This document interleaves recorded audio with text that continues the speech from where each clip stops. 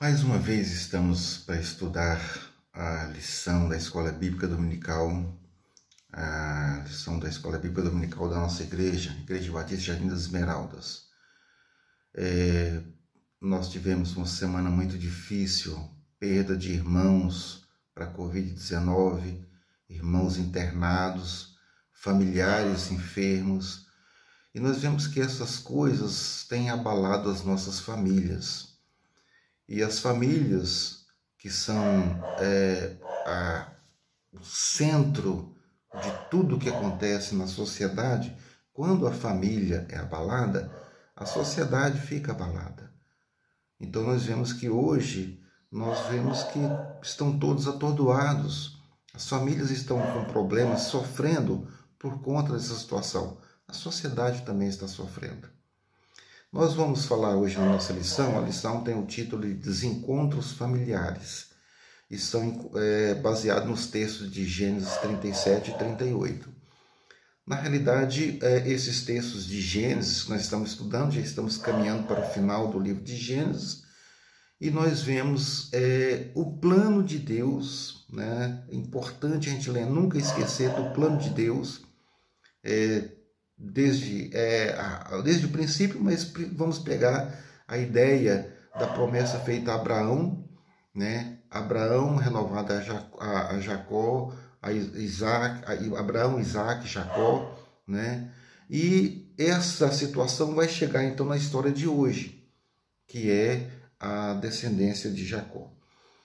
A primeira história da nossa lição é a história de José. Ela está no capítulo 37. Só vamos verificar aqui o que diz no capítulo 37, dos versos de 1 a 4. Esta é a história da família de Jacó. Quando José tinha 17 anos, pastoreava os rebanhos com seus irmãos, ajudava os filhos de Bila e os filhos de Zilpa, mulheres de seu pai, e contava a seu pai a fama deles.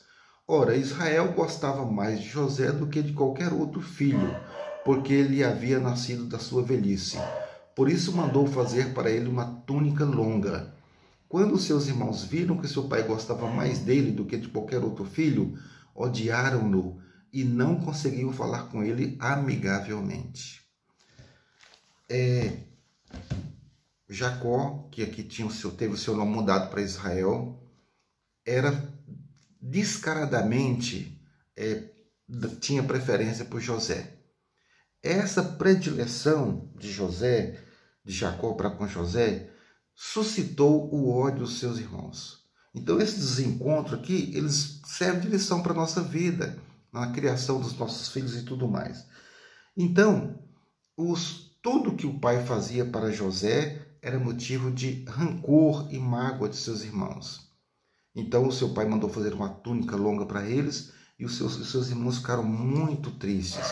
Somado a isso, José tinha alguns sonhos em que sempre os seus sonhos, os irmãos estavam em situação de subserviência a eles. E ele contava esses sonhos. Eles ficavam mais irados ainda. E se nós olharmos a história, vamos verificar que eles então planejaram matá-lo. Olha só, a predileção suscitou o ódio.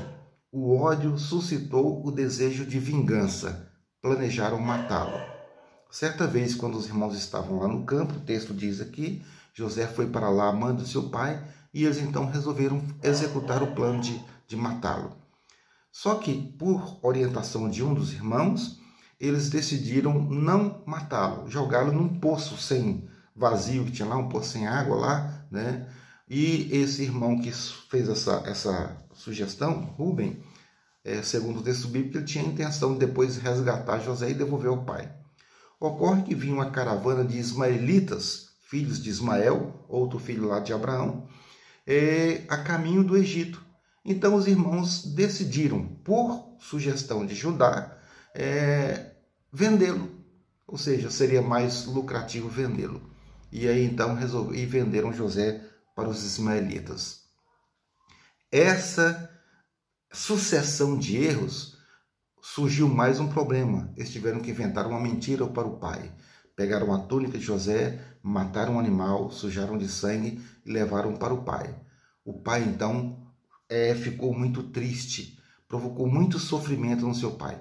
Olha o tanto de coisa ruim que sobreveio a essa família em função dessas desobediências, desses pecados, dessas transgressões. Eles não sabiam, eles não tinham clareza, mas eles estavam cumprindo o plano de Deus. Porque a ida de José para o Egito foi fundamental para que eles pudessem ser salvos da fome em Canaã, posteriormente, como a história vai mostrar, bem como também levá-los ao primeiro cativeiro, ao grande cativeiro, de onde eles sairiam posteriormente para a Terra Prometida. Pois bem, deixemos de lado então essa primeira história, aqui de forma bem rápida, bem sucinta, e passemos para a continuação da história dessa família, mas agora já com o filho Judá, o quarto filho de Jacó. Então, Judá, ele afastou-se da sua família, desobedecendo também a tradição, desobedecendo a orientação dos seus pais, desobedecendo aquilo que Deus orientava para não se casar com mulher estrangeira. E ele foi e se uniu a uma mulher estrangeira, uma mulher cananeia, né? E lá ele teve 3 filhos, Onã e Selá. Conta o texto bíblico que e Onã, eles eram maus aos olhos de Deus. E então, ele casou-se com Tamar, uma mulher estrangeira.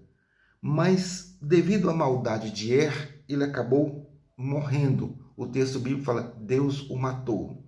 Nós não sabemos as circunstâncias que isso aconteceu, mas então Deus o matou. Então, Tamar ficou viúva. Segundo a tradição, o outro filho mais novo, ele deveria assumir a esposa do seu irmão para perpetuar a sua descendência. Não podemos esquecer que existia o conhecimento familiar da promessa. Mas o que Onã fez? Sabendo que a sua descendência com Tamar não seria sua, ou seja, a descendência com Tamar não seria sua, ele praticou um ato de desobediência. Ele procurava Tamar, tinha relações com ela, mas ele derramava o seu sêmen na terra para não perpetuar a descendência dela. É o que nós poderíamos chamar de coito interrompido. E o nome de Onã surgiu, então, a palavra onanismo posteriormente. Essa prática do irmão assumir a esposa do falecido é que veio a ser conhecido posteriormente como lei do levirato.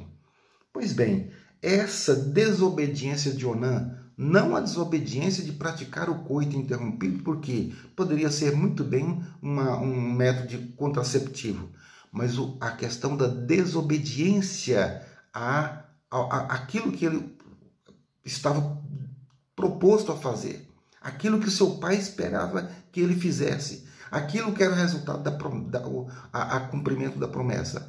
E em função desses pecados, desses erros, dessas desobediências, Deus também o matou. Ocorre que Selá, o terceiro filho de Judá, era muito novo.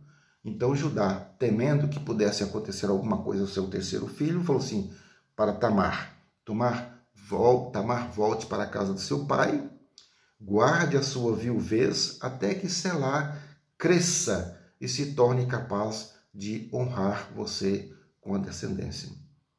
Ocorre que, passado algum tempo, Judá, também temendo que alguma coisa pudesse acontecer ao seu terceiro filho, acabou se esquecendo dessa promessa. E com a morte da esposa de Judá, isso passou mais tempo ainda. Então, a esposa de Judá morreu e certa vez ele estava indo para os campos lá para tosquear as suas ovelhas. E Tamar, sabendo, foi informada que o sogro dela iria passar naquele local. O que ela fez? Ela despiu a sua roupa de viuvez, colocou uma outra roupa e um véu, semelhante às usadas por prostitutas, e sentou-se à beira de um caminho por onde Judá iria passar.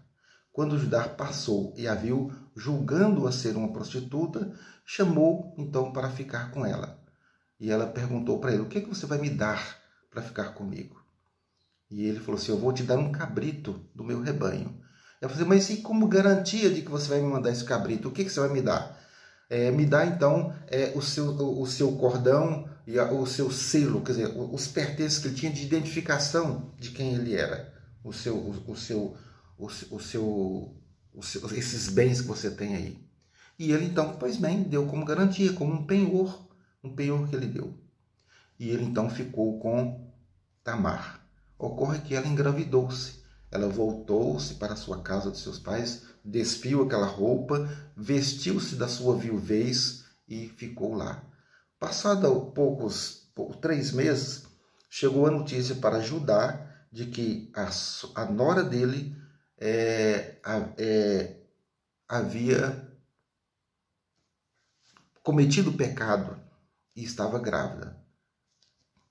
O Judá então determinou que ela fosse levada para fora da cidade e queimada viva como castigo pelo pecado que ela tinha. Quando ela estava sendo levada para ser queimada, ela pegou aqueles pertences, o selo, aquele cajado lá e falou assim, mostrar para Judá, porque ele saberia de quem era aquele lá, que seria os filhos seriam dessa pessoa, o filho seria dessa pessoa. Quando Judá viu aquele cajado, viu aquele selo lá, ele reconheceu como sendo dele. E aí ele usou um texto fantástico assim, ela foi mais justa do que eu, porque eu não honrei o meu compromisso de dar o meu filho com ela.